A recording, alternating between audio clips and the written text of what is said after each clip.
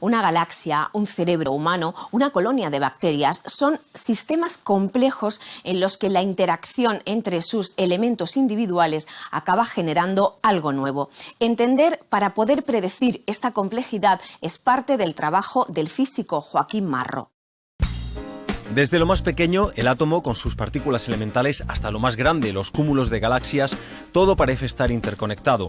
Nuestro cerebro también es un sistema complejo en el que las neuronas se asocian con reglas aún imprevisibles. El catedrático emérito Joaquín Marro lleva años apostando por la física, las matemáticas y la computación como instrumentos para descifrar esa complejidad. Este investigador incansable pasó por Nueva York y Barcelona antes de establecerse en Granada. Es editor general de la Real Sociedad Española de Física y miembro del Instituto Carlos I de Física Computacional. En su último libro, utiliza la física para asomarse a la complejidad de la naturaleza, pero también de la sociedad y el ser humano.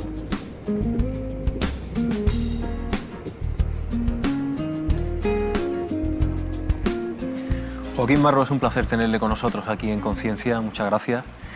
¿Hay complejidad en la naturaleza? ¿Qué es la complejidad? ¿Se encuentra, por ejemplo, en una bandada de estorninos, en el cerebro, en el tráfico? En el caso de esas evoluciones de las bandadas de estorninos que vemos en los atardeceres, no hay un director de orquesta, sino simplemente son consecuencia de las interacciones entre los pájaros que están más próximos entre sí. Fíjate que se han observado y se han descrito muy bien lo que pasa en bandadas de 5 o 6 mil pájaros y consiguen sincronizarse a partir de esas relaciones muy locales. Y lo hacen porque así minimizan el riesgo frente a depredadores, en este caso el halcón peregrino. Lo mismo pasa cuando un fin de semana vamos a la playa y nos encontramos con esos parones y sobre todo esas ondas para y sigue que son tan enojosas que parece que no tienen explicación. Luego pasas por ahí y no ocurría nada. ¿Cómo es posible que ocurran esos fenómenos? Bueno, pues eso es consecuencia de pautas de comportamiento individual. Todos los conductores, por inteligentes que seamos, nos comportamos de una forma muy simple en esas circunstancias. Es simplemente relacionándonos con el entorno más próximo, como los pájaros. En definitiva, hay acciones locales en el tiempo y en el espacio que se propagan por un todo y que dan lugar a un comportamiento que no tiene nada que ver con los comportamientos individuales y que es mucho más que la suma de todos esos comportamientos individuales. Eso es a lo que llamamos hoy complejidad. Sí. Se ha referido en algún momento en sus artículos a las neuronas como las mariposas del alma. ¿Reside la inteligencia y la conciencia en esa red que tejen las neuronas entre sí?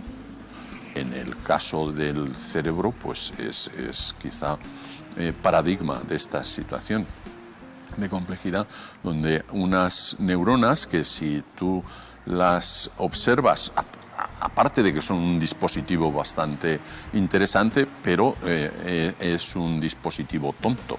No tiene absolutamente nada de inteligencia, pero la cooperación entre muchas de ellas a través de los enlaces sinápticos, que también ayudan a esa cooperación, pues al resultado de esa cooperación, pues da lugar a la inteligencia y a otras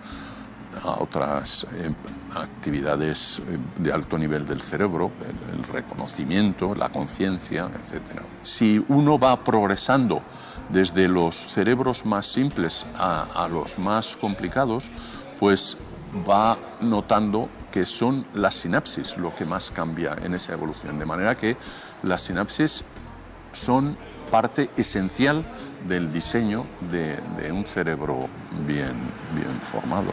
¿Hay algún tipo de orden en el funcionamiento del cerebro o es todo caótico? Al monitorizar la actividad del cerebro, se está descubriendo, vemos constantemente, que hay dinámicas muy irregulares.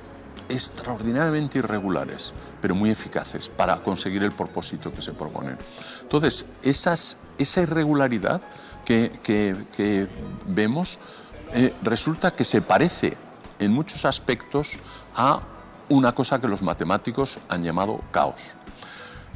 Pero caos no en el sentido de desorden, sino en el sentido de que es como una especie de irregularidad premeditada con objeto de conseguir eso. No es aleatoriedad, sino algo muy premeditado. Usted que trabaja en física computacional, ¿pueden las máquinas ya llegar a un nivel de inteligencia artificial que mimetice el funcionamiento del cerebro? ¿Está eso cerca? No, en absoluto. No somos capaces de construir un cerebro, una máquina que haga lo que hace el cerebro, ni mucho menos. Nos falta todavía los detalles. Para construir la máquina tienes que conocer los detalles, tienes que conocer las estrategias.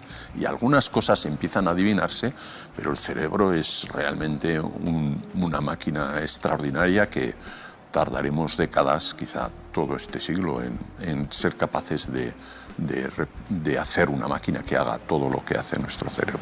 Por lo que ha estado comentando, da la sensación de que en la naturaleza, en general, elementos aislados, cuando interaccionan entre ellos, acaban emergiendo propiedades distintas, ¿no? O un comportamiento distinto. ¿Es eso así? Claro, por toda la naturaleza hay sistemas que puedes identificar como colecciones de elementos que en algún sentido se parecen mucho entre sí. Por ejemplo, una galaxia. Por separarnos de estos casos que hemos mencionado. Las galaxias tienen comportamientos también extraordinariamente curiosos y son lo mismo, es la misma historia que estamos aquí tratando, de que los elementos se interaccionan entre sí y dan lugar a complejidad, que es lo que se ven mareas en las galaxias, se detectan mareas, se detectan cuásares, se detectan muchísimas como consecuencia de colisiones, etc. Se están detectando fenómenos que se pueden explicar también así, desde esta perspectiva.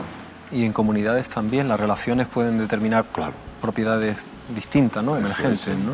En la sociedad, y hoy día empieza a haber un desarrollo muy interesante de la sociología cuantitativa que permite explicar muchas cosas como, por ejemplo, cómo evoluciona una sociedad, una comunidad, como consecuencia de una competición entre egoísmo y altruismo y otras cosas, ¿no?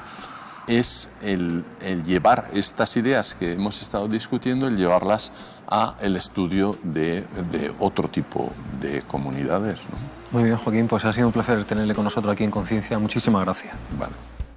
Hasta aquí nuestro programa número 100. Muchas gracias por todo este tiempo. Vamos a seguir en la pantalla de la Televisión Pública de Andalucía trayéndoles cada semana lo mejor en divulgación científica en nuestra comunidad autónoma. Hoy hemos hablado de medicina, también de física y del paso del tiempo. Tenemos contenidos ya preparándose interesantísimos para la próxima edición de Conciencia. No nos fallen.